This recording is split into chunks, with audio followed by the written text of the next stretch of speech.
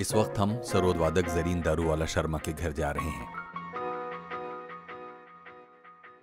मुंबई, जुलाई 2014। जरीन और उनके पति अशोक शर्मा गर्मजोशी से स्वागत के लिए तैयार हैं। अशोक शर्मा खुद एक कुशल सितार वादक हैं और वो संगीतकार जोड़ी हुसनलाल भगतराम में से भगतराम के सबसे छोटे बेटे हैं। हिंदुस्तानी शास्त्रीय संगीत में महिलाएं गायन के क्षेत्र में तो रही हैं, लेकिन वादन में उनकी संख्या बस उंगलियों पर गिनी जा सकने वाली है। पारसी होने के नाते हिंदुस्तानी घरानेदारी संगीत में उनकी राह कठिन रही है, लेकिन अपनी लगन से जरीन दारूवाला ने सबको अपना कायल बना लिया। जरीन दारूवाला शर्मा संगीत नाटक अकादमी अवार्ड से तो सम्मानित हैं ही, आज उनको फिल्मों में बजाते हुए 50 साल से ज्यादा हो चुके हैं।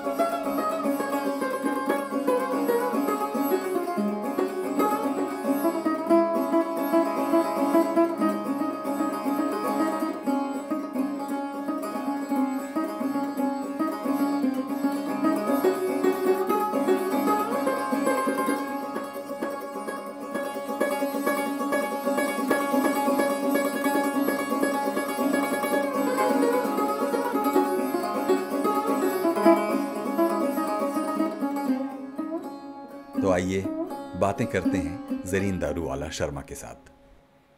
तौर पर आपसे ये हमको बताइए कि आपका जन्म कहाँ हुआ था और वहाँ से लेकर सरोद में कुशलता हासिल करने तक की एक स्केची कहानी क्या है?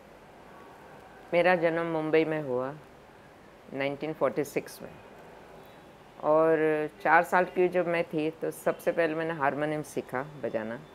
फिर 6 साल की उम्र से गाना सीखा।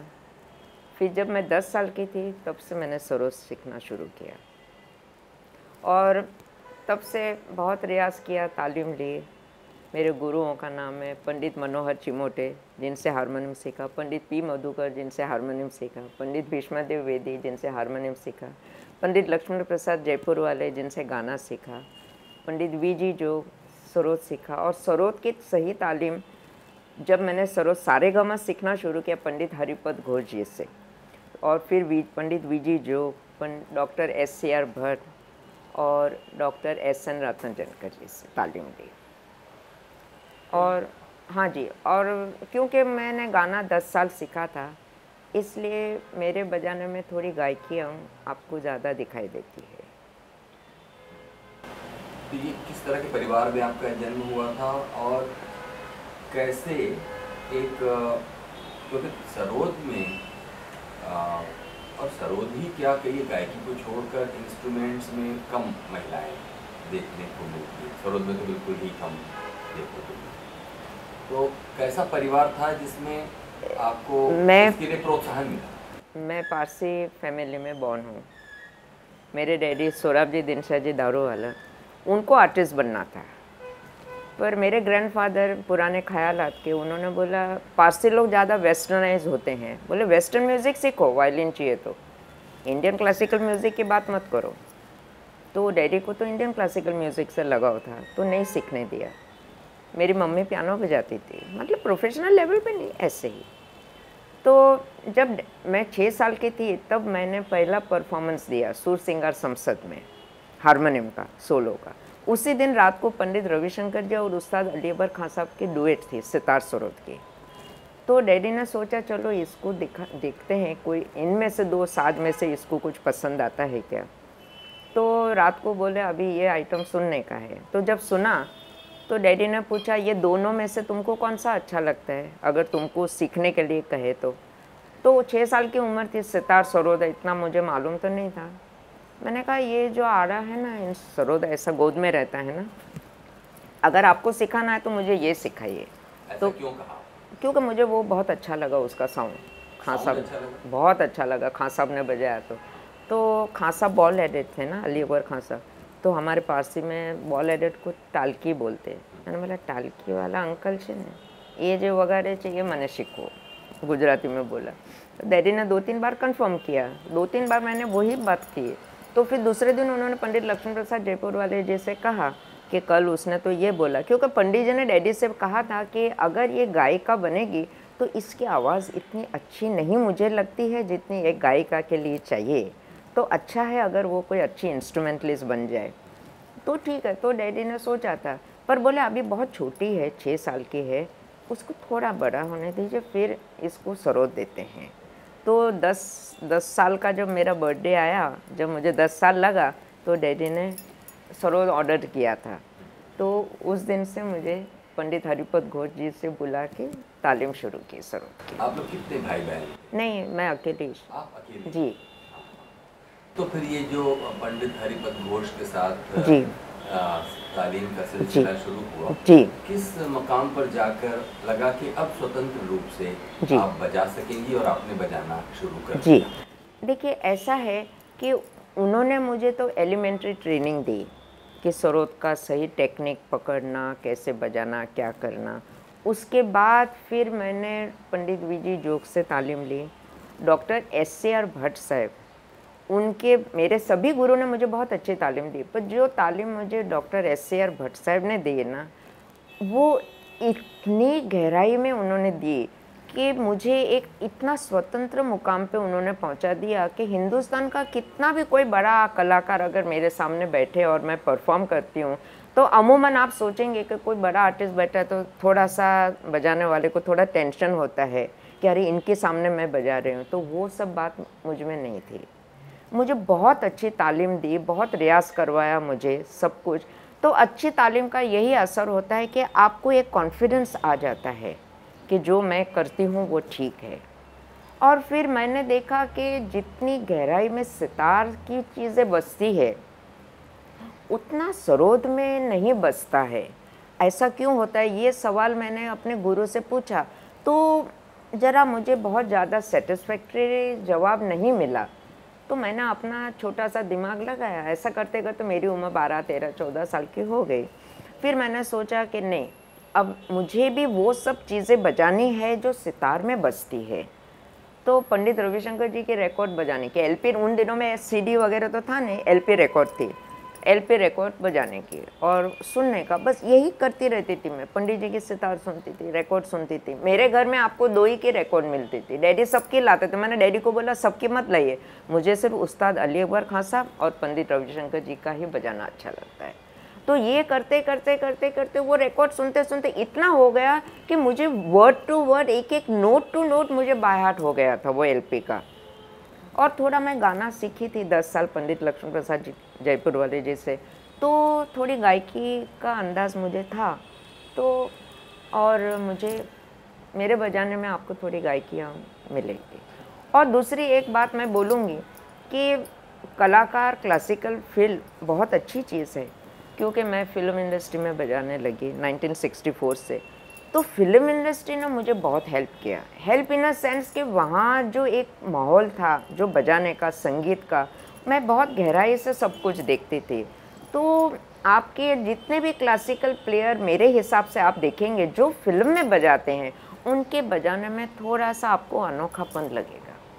वो दोनों चीज़ सिंक्रोनाइज अगर हो जाती है ना, तो आर्टिस्ट के बजाने में 4 चांद लग जाते हैं। और इंडस्ट्री में बजाना बहुत मुश्किल है, हर किसी के बस का नहीं है। आप 1 घंटा प्रोग्राम बजा लेंगे, आज मैंने सोचा कि मैं दरबारी बजाऊंगी, तो 1 घंटा बजा लिया, अच्छा बजा लिया, मेरे हिसाब से कोई बहुत बड़ी बात नहीं है। इसलिए बड़ी बात नहीं है, वो बजाने के लिए आपने 20 साल रियाज किया है पिछले ज़िंदगी के आपके, आप अच्छा ही बजाएंगे, कोशिश करेंगे। आप रिकॉर्डिंग में जाते हैं, आपको कुछ पता नहीं क्या सुर है, क्या रेंज है, क्या अरेंजर ने पीस बनाया। उनकी एक्सपेक्टेशन आपके ऊपर बहुत बढ़ जाती है कि अच्छी प्लेयर है वो, आई है, हमारा पीस अच्छा ही बजेगा। आपकी क्या कॉम्प्लिकेशन है उससे उनको लेना देना नहीं है। तो हमारा फ़र्ज़ बनता है कि चाहे हमको कितनी भी कठिनाई का सामना करना पड़े, हमारी तरफ से हमको बहुत अच्छा योगदान देना है, इस पीस को जस्टिफाइड करना है। तो ये सब चीज़ें देखते कभी कभी बहुत मुश्किलों का सामना करना पड़ता है, पर हम किसी को कुछ बोल नहीं सकते, बोलना भी नहीं चाहिए, हमारा काम नहीं है। आपको क्यों बुलाया गया है कि वो आपको अच्छे प्लेयर समझते हैं, तो अच्छे प्लेयर समझने के नाते आपका फ़र्ज़ बनता है कि आप उनके म्यूज़िक को अच्छा बजाओ। तो ये सब करते करते थोड़ा अनोखा अपना एक अंदाज़ बन जाता है। और मेरे हिसाब से कलाकार को, चाहे वो किसी भी क्षेत्र का हो, फिल्म का हो, क्लासिकल का हो, हमेशा उसकी अपनी नज़र सीखने पे रखनी चाहिए। उसको ये कभी नहीं एहसास होना चाहिए और महसूस करना चाहिए कि अब मैंने मुकाम हासिल कर लिया, अब मुझे बहुत कुछ आता है, अब कुछ सीखने जैसी चीज़ नहीं है, ये नहीं सोच रहे। किसी भी कलाकार को सुनते हैं तो उसकी बुराई ना करते हुए अच्छाइयाँ क्या है ये देखने की और लेने की कोशिश करने की, उससे आपके संगीत में ही बहुत आपको मदद मिलती है। अब यहाँ आपको थोड़ा टोकूंगा जी। ये तो हुआ था आपका जो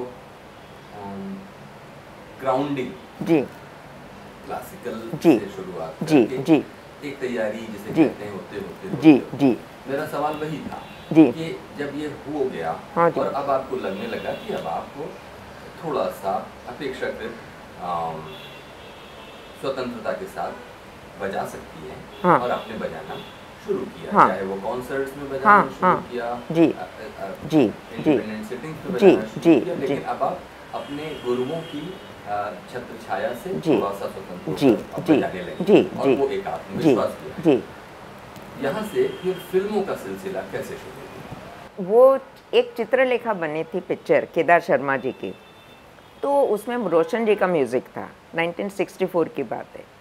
तो उसमें उनको टाइटल म्यूज़िक के लिए सितार सरोद की डुएट चाहिए थी, तो इमरत खान साहब उनके यहाँ बजाते थे। तो उन्होंने पूछा कि भाई सरोद के लिए कौन कोई है? वो बोलते देखो ज़रीन है, पर मैं ये आपको दावे से कह नहीं सकता कि उनके पिताजी इजाज़त देंगे क्या फ़िल्म में बजाने के लिए। तो बोले आप पहचानते हो उनको? हाँ, क्लासिकल म्यूज़िक कॉन्फ्रेंसेस में अक्सर मुलाकात होती थी, डैडी और इनकी पहचान थी। तो बोले मैं तो जानते हो? बोले हाँ मैं इनके पिताजी को जानता हूँ, आप बोलो तो मैं जाके बात कर लेता हूँ। तो बोले चलो फिर आप जाओ। उन्होंने अपने असिस्टेंट को भी साथ में भेजा, तो आए, बोला ऐसा ऐसा है। तो हमारे पहले जहन में फ़िल्म इंडस्ट्री मतलब कोई इतना मतलब क्या करेंगे फ़िल्म में, ये एक दिमाग में था। तो डैडी बोले देखो बजा के, जाके एक बार अच्छा लगे तो बजाओ, नहीं अच्छा लगे तो नहीं बजाना, तुम्हारी मर्जी।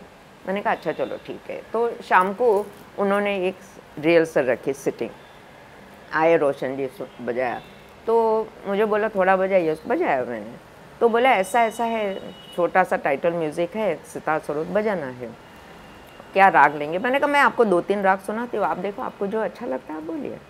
तो उन्होंने सुना, हाँ हाँ बोले ये अच्छा है, अब ये दोनों का आप सेट कर लीजिए। बजाया दोनों ने। तो बोले कल सुबह महबूब स्टूडियो में रिकॉर्ड होगा। बोले ठीक है आप आ जाइए 9 साढ़े 9 तक।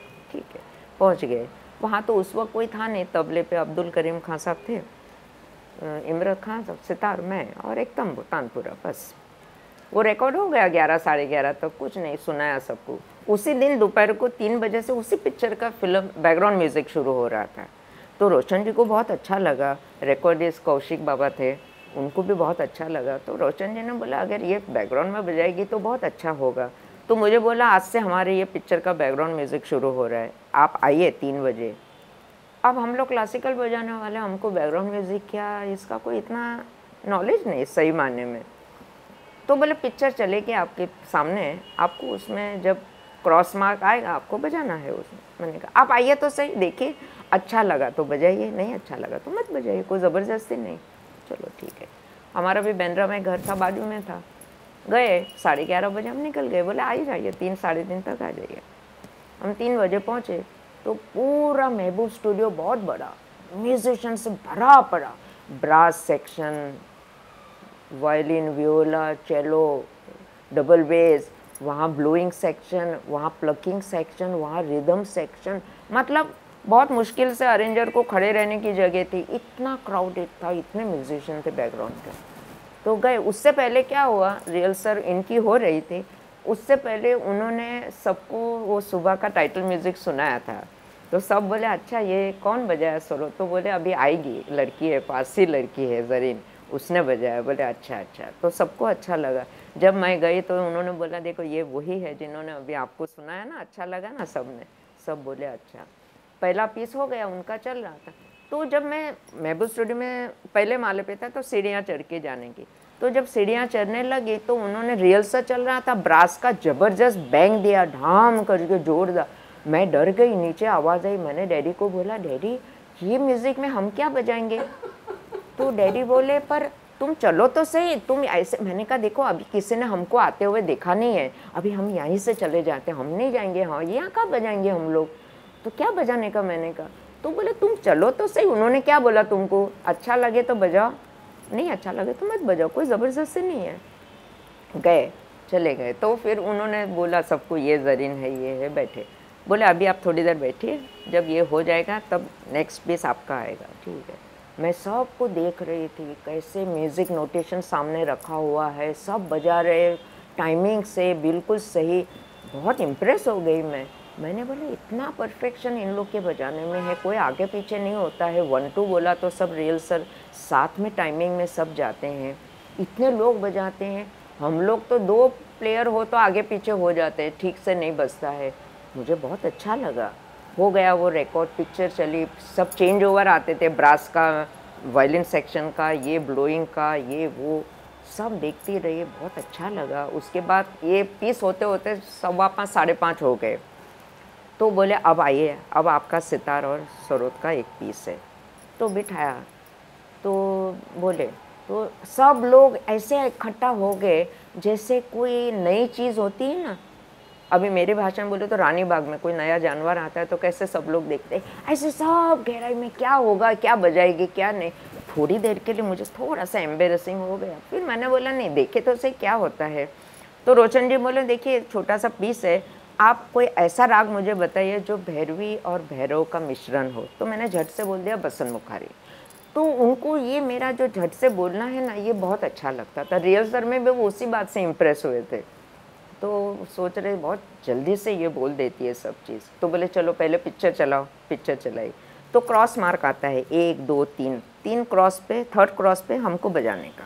तो समझाया ऐसा करने का। बोले ठीक है, देखिए ये पीस अब आप बजाइए उसके साथ। ठीक है। वो फिर बजाया, 1-2 बार रिहर्सल हुई, तीसरे बार टेक ओके हो गया।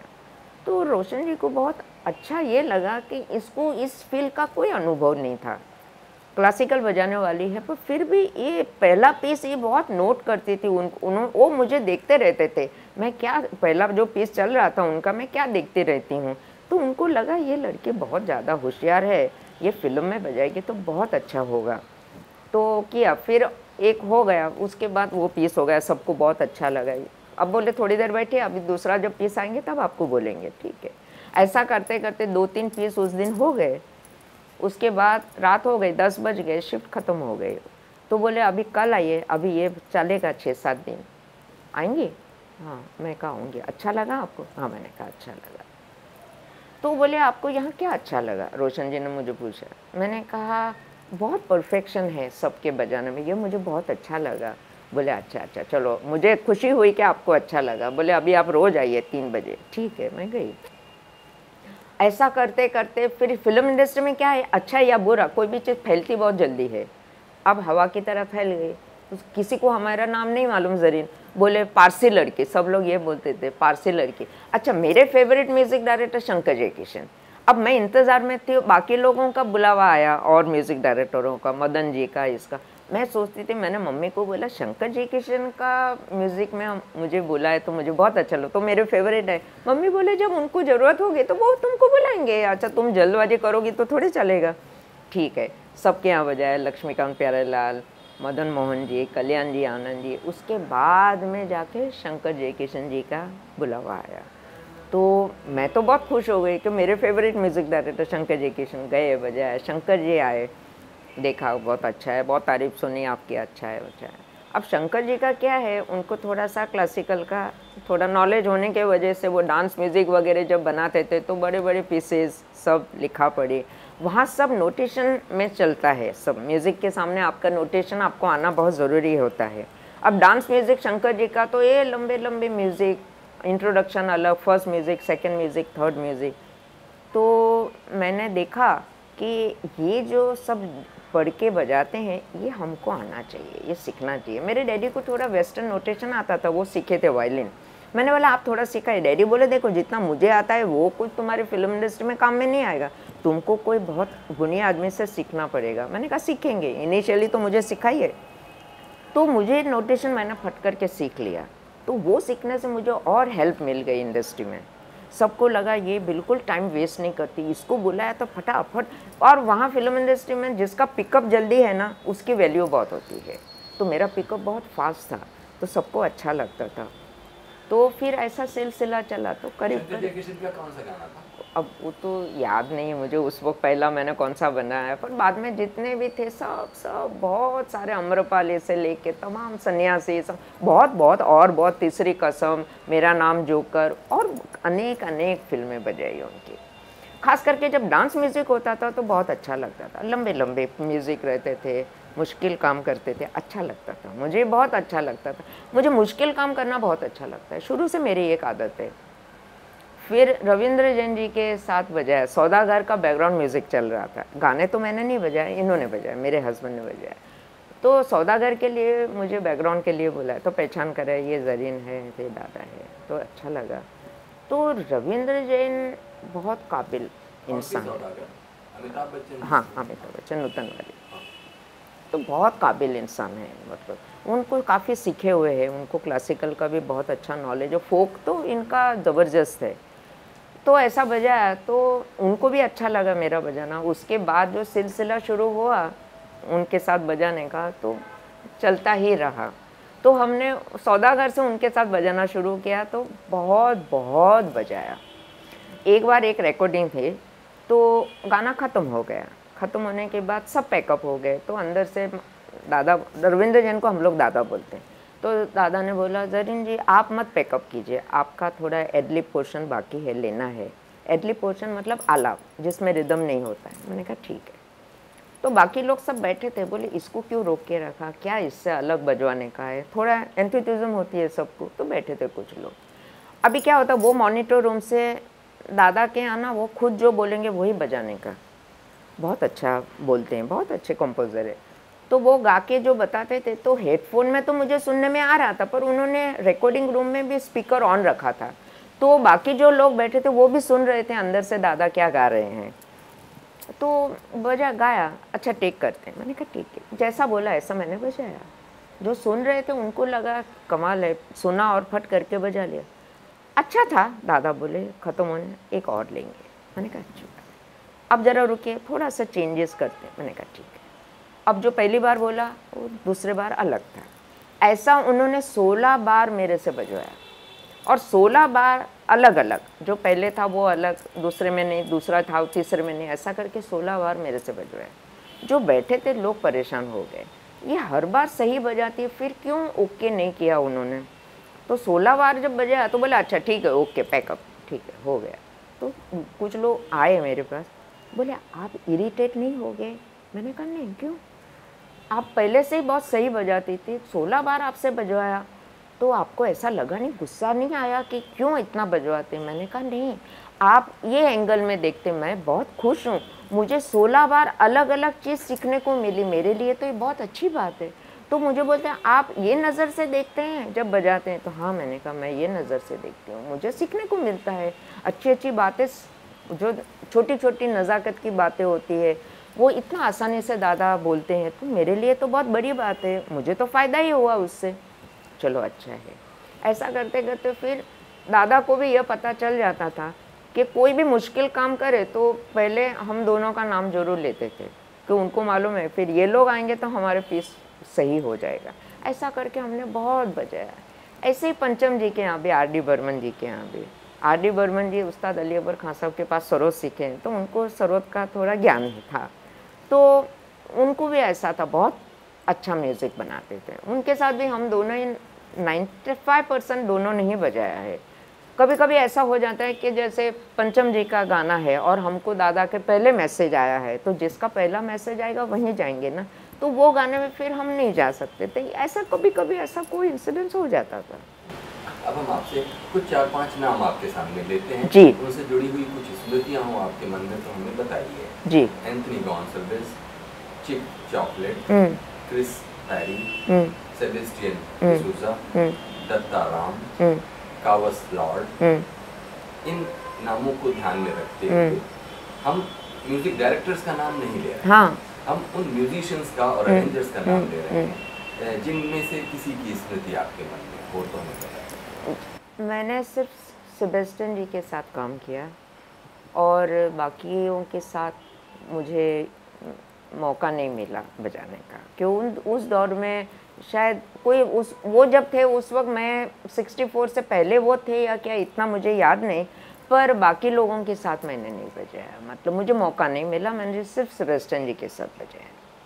सेबेस्टियन जी की क्या स्मृति है? बहुत ज़बरदस्त, बहुत ज़बरदस्त, बहुत अच्छे अरेंजर, इतने शांत, और उनकी ये खूबी थी कि इंडियन मेलोडी को वो क्रिश्चियन होके जो ऐसा सिंक्रोनाइज करके लाते थे उनके अरेंजमेंट में कि मन खुश हो जाता था।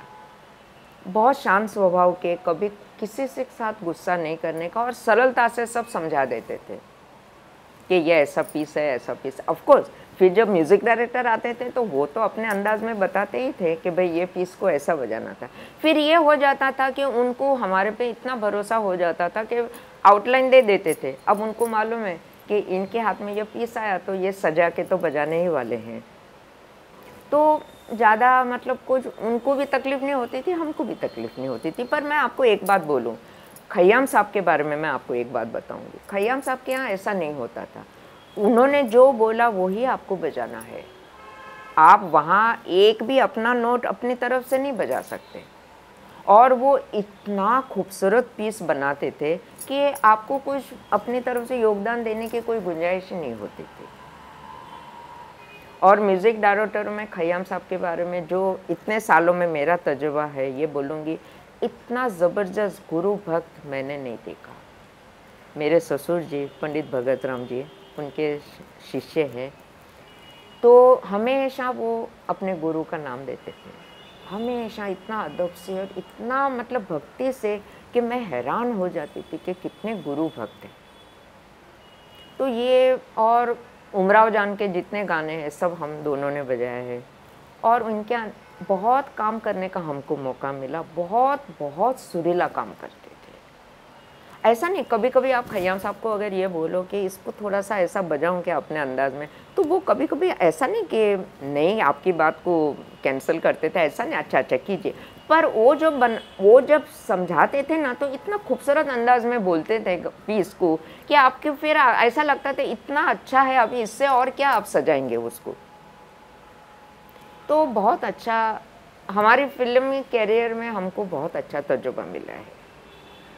और मैं आपको एक बोलूँगी, आपने सेबेस्टियन जी के बारे में पूछा, और एक ज़बरदस्त जिस अरेंजर का तो कोई जवाब ही नहीं है, वो है मास्टर सोनी। आपने सुना होगा उनका नाम, जो मदन जी का अरेंजमेंट करते थे। ऐसा अरेंजर मेरे ख्याल से सदियों में कभी पैदा होता है। मैं तो ये कहती थी माता सरस्वती ने उनके सर पे हाथ रखा था। बहुत ब्लाइंड थे वो, और वो जो बैकग्राउंड म्यूज़िक करते थे इतना लाजवाब, आप सोच नहीं सकते हैं कि ये कैसे हो सकता है। हम देख के नहीं कर सकते, वो कैसे कर सकते। तो वो मुझे कई बार बहुत, वो भी मतलब इनमें एक आदत थी कि भाई अच्छा आर्टिस्ट है, इतना मुश्किल पीस बनाएंगे, इतना मुश्किल कि आपको बजाना मुश्किल हो जाता था। कई म्यूजिशियन बोलते हैं भाई मदन जी का मैसेज आता था मतलब मास्टर सोनी का अरेंजर, अब उनको रात भर टेंशन, कल क्या पीस बना होगा, क्या करेंगे क्या नहीं करेंगे। एक उन्होंने पीस बनाया तो मुझे बोला जरीन तुम्हारा ये पीस है जी। मैंने कहा, तो मैंने बिना ज़रा सोचे, थोड़ी गलती मेरे से हो गई, मैंने बोला मास्टर जी ये मीन तो नहीं आएगी जो आप बोल रहे हैं, अच्छा नहीं आएगी। मैंने कहा नहीं आएगी, तो बोले पंचम के तार पे बजाओ, आ जाएगी। तो मुझे बहुत शर्म आई। मैंने कहा मैं प्लेयर होके ये चीज़ मुझे समझनी चाहिए थी, वो मुझे सिखा रहे हैं। मुझे तो ऐसा लगा कि मैं कहाँ देखूँ, शर्म से मैं एकदम पानी पानी हो गई। बोले कोई बात नहीं, होता है कोई बात नहीं। तो मतलब वो ब्लाइंड होके एक बार फेमस में बैकग्राउंड म्यूजिक कंपोज करते थे, तो वो ऐसे बैठे थे हारमोनियम लेके, मैं ऐसे सरोद लेके बैठी थी। तो मैंने नायलॉन की साड़ी पहनी थी, मेरी साड़ी उनको टच भी नहीं हुई है, वो सिगरेट पीते थे। तो बेलो बजाते बजाते उन्होंने ऐसा ऐश को निकाला सिगरेट का, तो काफ़ी दूर था, फिर भी मुझे ऐसा लगा कहीं नायलॉन पकड़ लेता है फट करके, तो खाली से ऐसा मैंने साड़ी को ऐसा किया। अब उनको कुछ, उन दिनों में बजाने के टाइम में इतनी बैंगल्स भी नहीं पहनती हूँ, तो कुछ आवाज़ नहीं आई, कुछ नहीं। तो झट से मुझे पूछा, अरे तुम्हारी नायलॉन की साड़ी है, जली क्या? मैं हैरान हो गई, इतना कैसे उनको समझता है ना, उनको कुछ टच हुआ कुछ नहीं। तो बहुत जीनियस। एक बार रिश्ते नाते पिक्चर का बैकग्राउंड हो रहा था मास्टर जी का, तो मुझे बताया ये जगह में तुमको बजाना है। मैंने कहा ठीक है, चलो अभी टेक करेंगे। बता लिया क्या बजाना है। मैंने कहा ठीक है कीजिए। 1 2 3rd मार्क पे हमको बजाना है। आप यकीन नहीं मानेंगे, मैं देख के 3rd मार्क मिस कर गई, नहीं शुरू कर पाई। उन्होंने मुझे 3rd मार्क पे साइन दिया, तुमको स्टार्ट करना है करके। ब्लाइंड, मैं देख के मिस कर गई 3rd, उन्होंने मुझे 3rd मार्क पे साइन दिया। पूरा म्यूज़िक हॉल भरा हुआ था फेमस का। मुझे तो ऐसा हुआ कि मैं क्या करूं और क्या नहीं करूं। मैं सिर्फ इतना ही बोली, मास्टर जी सॉरी। अरे नहीं नहीं, सॉरी बोलने की क्या बात है, चलो फिर से वंस अगेन, चलो फिर से। तो ये सब जो गलतियां होती है ना फिल्म इंडस्ट्री में, ये परफेक्शन हम देखते हैं इतने बड़े बड़े अरेंजरों के साथ, तो फिर हमको लगता है कि ये हमारी थोड़ी केयरलेसनेस थी। मैं इतने अलर्ट नहीं थी, नहीं तो ये मेरे से कैसे मिस हो गया। देख के मैंने नहीं शुरू किया, उन्होंने ब्लाइंड होके मुझे साइन दिया। तो मास्टर सोनिक के साथ मैं ये बोलूँगी, मैं बहुत भाग्यशाली थी कि इतने बड़े अरेंजर के साथ मुझे बजाने का मौका मिला। ये जो मास्टर सोनिक हैं जी, यही बाद में सोनिक ओमी के साथ। हाँ जी, जी हाँ, जी हाँ। फिर उन्होंने म्यूज़िक डायरेक्टर की जोड़ी बनी जी, वही।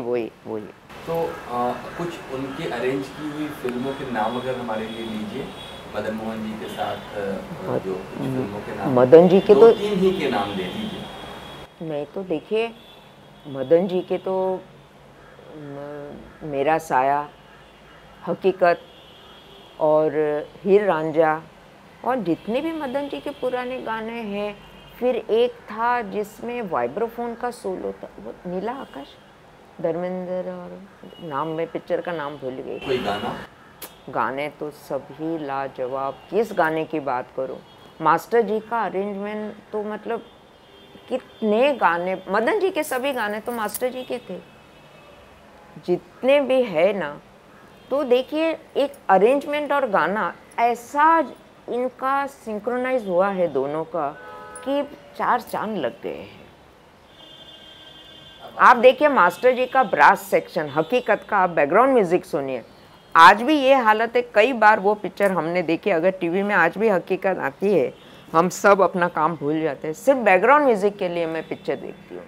मतलब क्या बैकग्राउंड म्यूजिक दिया है। मेरा साया का देखिए बैकग्राउंड म्यूजिक क्या है, कितना ज़बरदस्त उनका ऑर्केस्ट्रेशन, उनका अरेंजमेंट, उनका ब्रास सेक्शन कितना अलग है, माय गॉड। और सितार सरोद का जो पीस बनाते हैं, वो ऐसा लगता है जैसे वो प्लेयर है सितार सरोद के। इतना सही, उनको इतना रेंज का नॉलेज था, कौन से रेंज में ये पीस अच्छा बजेगा, सरोद के लिए कौन सा रेंज अच्छा है, सितार के लिए कौन सा रेंज अच्छा है, ये नॉलेज सबको नहीं होता है।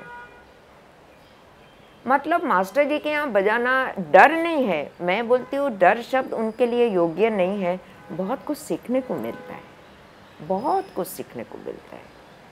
आपसे आखिरी 2 सवाल जी। एक तो ये कि इस इंस्ट्रूमेंट बजाने के काम में जी, महिलाएं आपके देखते हुए कितनी रहीं, जब से आपने शुरू किया से लेकर अब तक? जब जी, जब मैंने शुरू किया था तब तो एक ही थी, श्रीमती शरण रानी जी।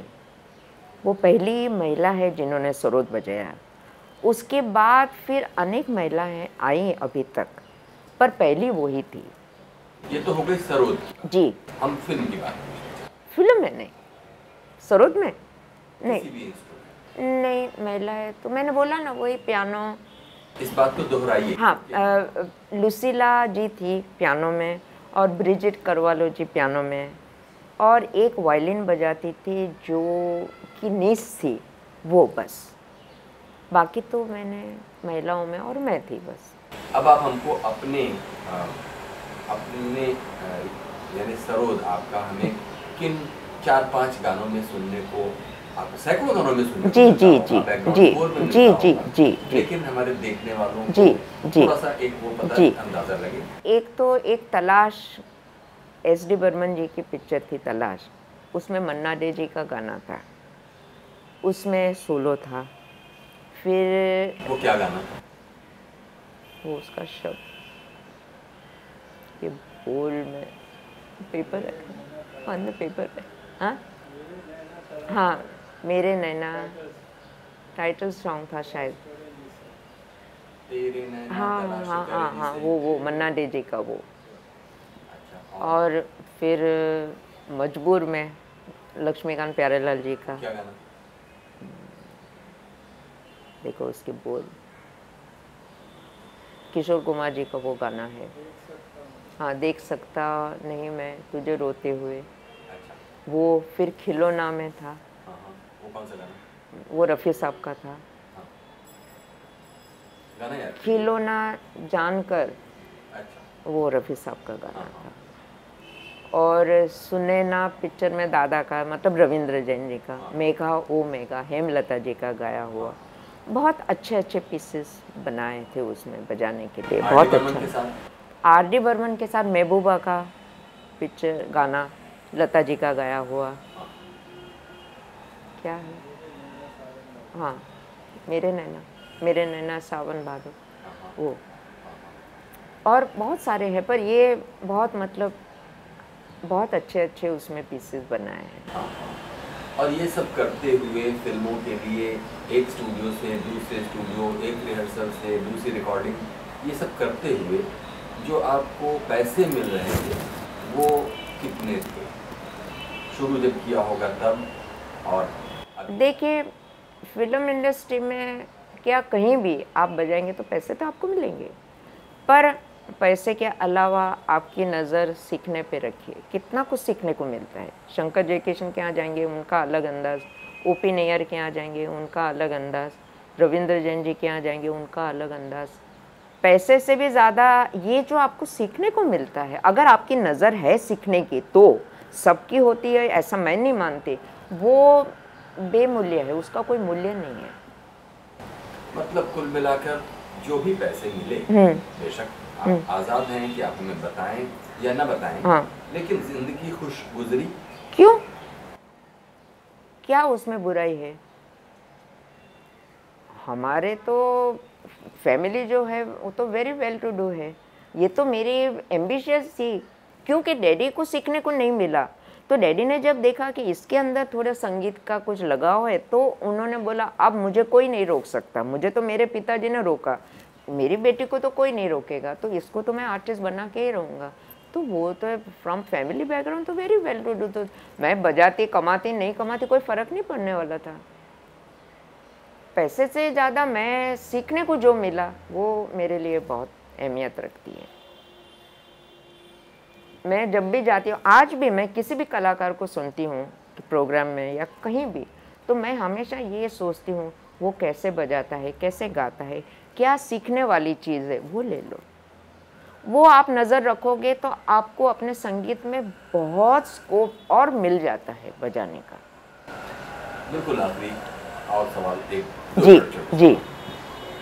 खुद अपने ही बजाए हुए सरोद को फिल्मी गानों में सुनने का मौका या शौक कभी हो पाता है कि चलो हमने 20 साल पहले जो बजाया था फला गाने में, ज़रा उसको दोबारा सुन?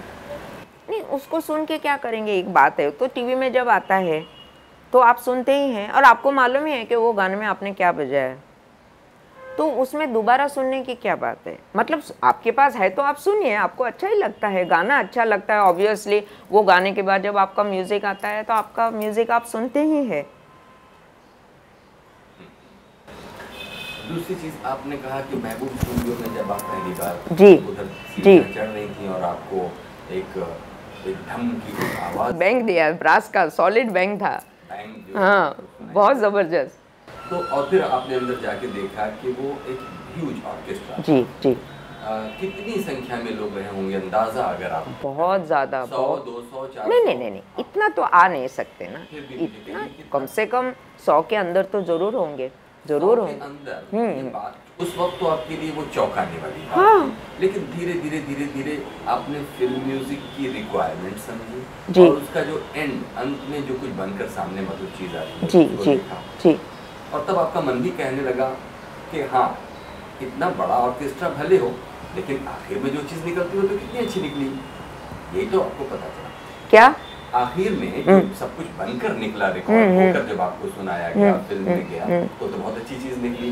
बेशक वो बड़ा था तो क्या हुआ,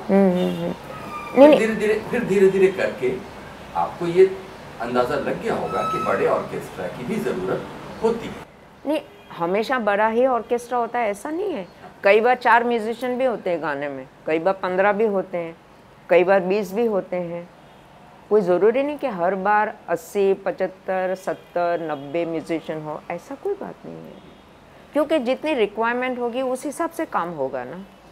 और जब बड़ा ऑर्केस्ट्रा होगा तो वो किस रिक्वायरमेंट को मीट करेगा, मतलब कौन सी ऐसी जरूरत होगी, सिचुएशन को, सुनिए, हाँ जी, कौन सी ऐसी जरूरत होगी कि जो कौन सा ऐसा ध्वनि प्रभाव होगा जो 5 वायलिनों से तो निकल सकता है, लेकिन एक वायलिन से नहीं निकल सकता, या उदाहरण के लिए 15 की जरूरत क्या है, 5 में तो वो काम कर सकते हैं। तो क्यों इतना बड़ा ऑर्केस्ट्रा बनाया?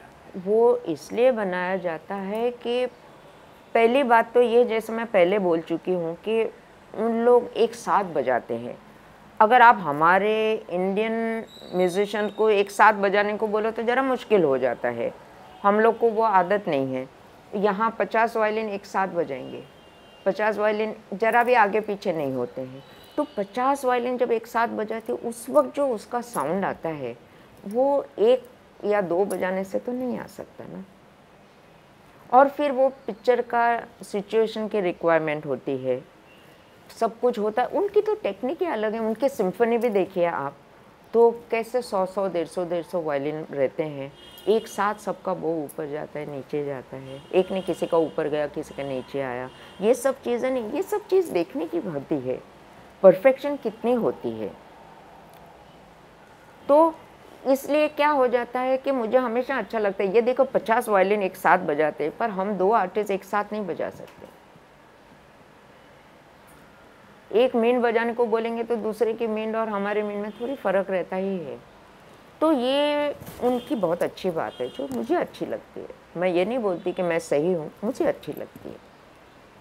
वेस्टर्न म्यूजिक, हाँ जी, वेस्टर्न म्यूजिक ना, वेस्टर्न म्यूज़िक हो, हमारी फिल्म इंडस्ट्री में भी जो चल रहा है ऑर्केस्ट्रेशन, वो भी बहुत लाजवाब है।